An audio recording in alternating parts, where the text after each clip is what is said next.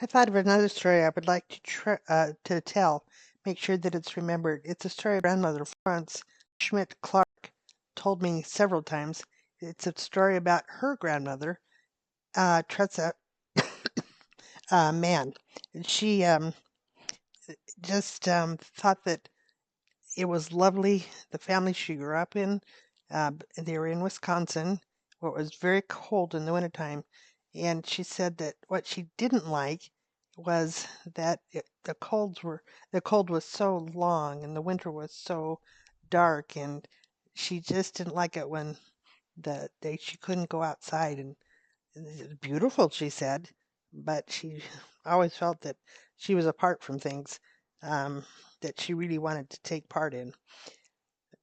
A wonderful, wonderful blessing was um, given to the family when her father, um, Charles uh, Waters, had just been able to earn enough extra money to get a small pane of glass that was about, I think she said about 12 by 12 inches, but he gave her a special gift in that the window that they had upstairs, he put this pane of clear glass in her bedroom window. She and her sister share a bedroom there.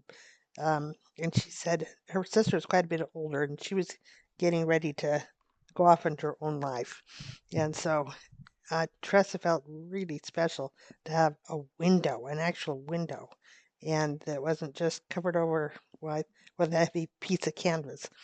And she found out, though, that when the wintertime comes, that the cold came in right through the glass window. And so she just was disappointed about that. So her mother hung a curtain. It wasn't of canvas, though. It was just a nice piece of fabric that, like, that was a little better. But she also learned, uh, Grandma said, that when it got really cold, the window got frost on the inside. Then she couldn't see out the window at all. And again, it was just like there was no window. And she got this really good idea after several weeks of not being able to see out the window. She tried to scrape it with her fingers, scrape the ice off, but it always froze over again, she said. And so she decided they had what they called flat irons to iron their clothing when they needed to be ironed. And they always sat on the stove ready to, they had a wood cook stove, and that's all there was. And so the flat irons sat on the wood cook stove, um, always ready to be hot and ready to iron clothes. Tressa had this great idea. She thought that she was about, I don't know, I think Grandma Clark said she was about 10 or 11. And she said that she got this great idea. She went downstairs and picked up one of the flat irons and went upstairs, and she thought all she would have to do is put the flat iron up against the glass, and she thought she knew it would melt the frost and she'd be able to see out. And all she'd have to do every time she wanted to see out, she'd just go get another flat iron, hold it against the glass, or the ice on the glass, and it would clear a little spot at least the size of a flat iron for her to be able to see out.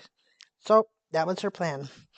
She did all that, came back upstairs, and was so thrilled she reached and she wanted to hurry before the flat iron got cooled at all.